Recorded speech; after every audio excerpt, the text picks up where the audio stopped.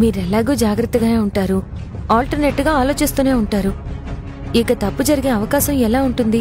అంటే వాడికి పని అప్పచెప్పి నేనెప్పుడు వాడు ఏం చేస్తున్నాడు, ఎలా ఉంటున్నాడని కాపలా గాయడమేనా నా పని?